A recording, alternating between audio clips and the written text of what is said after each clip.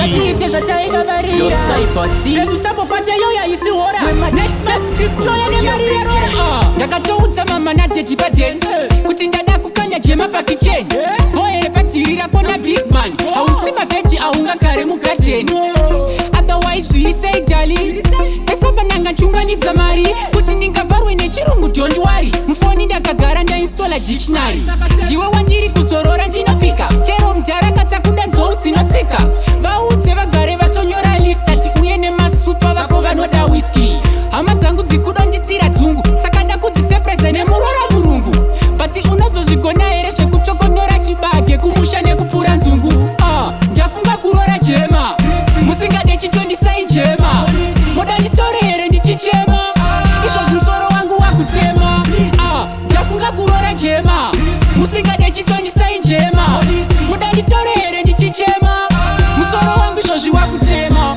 Akukutora ndokuwinza kugeto Wombogeso negreen bar Wombosiya ndito Mari yerora iri pakakwana isi denja Udza dedi ndazviwanira mfesi mumani chenja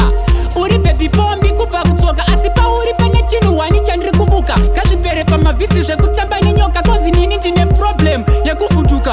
Iyi ndo inonzika perfect match Tiri two tichifaisa mangoma pastage Neka sweet voice kakoka nenge dent Tiri kuda kuti tibva tatofoma redu band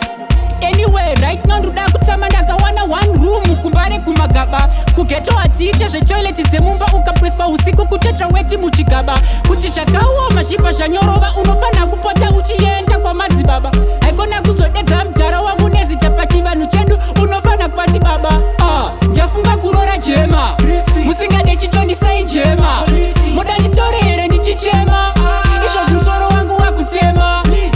Ndafunga kurora jema Musingade chitondisai jema Moda nditore here ndichichema Musoro wangu izvozvi wakutema Mama vangu andiduvetire chisaladi Asi toda upote uchivabikira saladi First thing chakakoshai hunhu Asi handidi kuti uzopota jairirwa nevanhu